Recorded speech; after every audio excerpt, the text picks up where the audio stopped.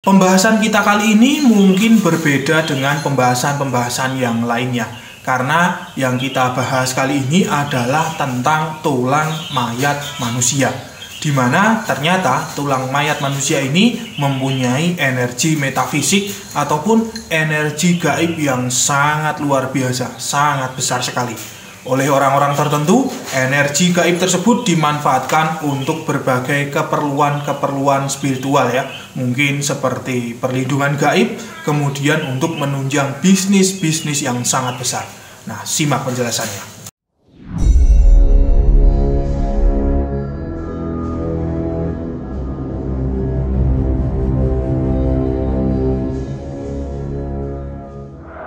Assalamualaikum warahmatullahi wabarakatuh. Hamdan wa syukranillah. Selamat datang, selamat berjumpa kembali di channel Spiritual 21, investigasi supranatural tanpa batas. Dalam khasanah supranatural, memanfaatkan tulang itu sebenarnya merupakan hal yang biasa. Namun tulang hewan, bukan tulang manusia. Kita tentu ingat dengan berita yang dulu itu viral, yaitu sosok Sumanto dari Purbolinggo yang nekat mencuri mayat ya, lalu kemudian memakan tubuh mayat tersebut dan menjadikan organ tubuh si mayat itu sebagai azimat. Tujuannya adalah untuk kekebalan dan agar ditakuti seluruh makhluk gaib. Kemudian di Medan itu juga ada seorang dukun itu yang tega membunuh beberapa wanita dengan jalan mencekik. Sebelum si korban tewas, dukun itu menghisap air liurnya, pemirsa. Dengan cara demikian, maka roh orang tersebut itu diyakini akan berpindah kepada si dukun dan bisa membantunya untuk berbagai hajat duniawi. Kemudian ada lagi seorang dukun dari daerah Tegal yang tega membunuh temannya sendiri. Kemudian sebagian organ tubuhnya itu dimakan dengan tujuan untuk menyempurnakan ilmu hitam yang telah dipelajarinya. Beberapa contoh kasus tersebut memang sangatlah tidak manusiawi. Para pelakunya itu sangat jelas sekali hanya mengikuti pengaruh roh jahat yang telah membisikinya, sehingga mereka meyakini bahwa adanya kekuatan gaib yang sangat besar dari roh orang yang sudah meninggal dunia tersebut. Terlepas dari beberapa kasus itu, saya mengetahui ada seorang spiritualis atau mungkin bisa kita sebut seorang dukun yang memang memanfaatkan tulang mayat manusia. Tetapi dukun ini tidak membunuh manusia lalu diambil tulangnya, tidak, bukan begitu ya. Namun dukun ini memanfaatkan tulang dari mayat leluhurnya yang sudah meninggal dunia. Nama dukun ini adalah Mbah Sarto. Tentu ini bukanlah nama sebenarnya, saya nggak berani menyebut nama aslinya karena ini termasuk privasi sekali. Mbah Sarto ini tinggalnya di daerah Karanganyar, Jawa Tengah. Alamat lengkapnya saya juga tidak berani mempubliknya. Sekali lagi, ini karena ranah privasi. Mbah Sarto adalah satu-satunya dukun yang saya ketahui itu memiliki ilmu klinik tentang tulang manusia. Ilmu ini menurut Mbah Sarto itu merupakan warisan turun-temurun dari orang tua dan leluhur-leluhur beliau.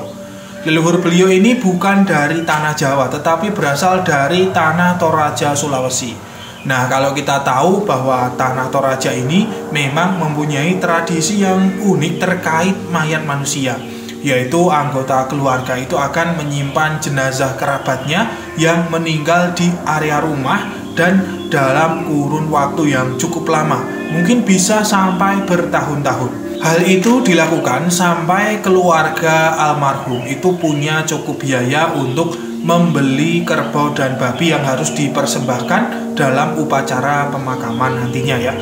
Saya pernah baca pembelian kerbau dan babi ini berjumlah kira-kira 50-an ya, 50 ekor kerbau. Jadi biayanya itu memang sangat besar sekali. Nah, kemudian jenazah tersebut diletakkan di dalam peti yang terbuat dari kayu khusus, kemudian diberi rempah-rempah khusus juga dengan tujuan itu untuk menghilangkan bau si mayat. Berakar dari tradisi itulah Mbah Sarto itu merawat tulang belulang leluhurnya itu secara turun-temurun. Diperkirakan usia tulang manusia, tulang mayat ya yang dirawat oleh Mbah Sarto itu berusia ratusan tahun. Dulu orang tua Mbah Sarto itu membawa tulang belulang leluhurnya itu dari tanah Toraja, Sulawesi, dan sekarang disimpan di rumahnya di Karanganyar, Jawa Tengah.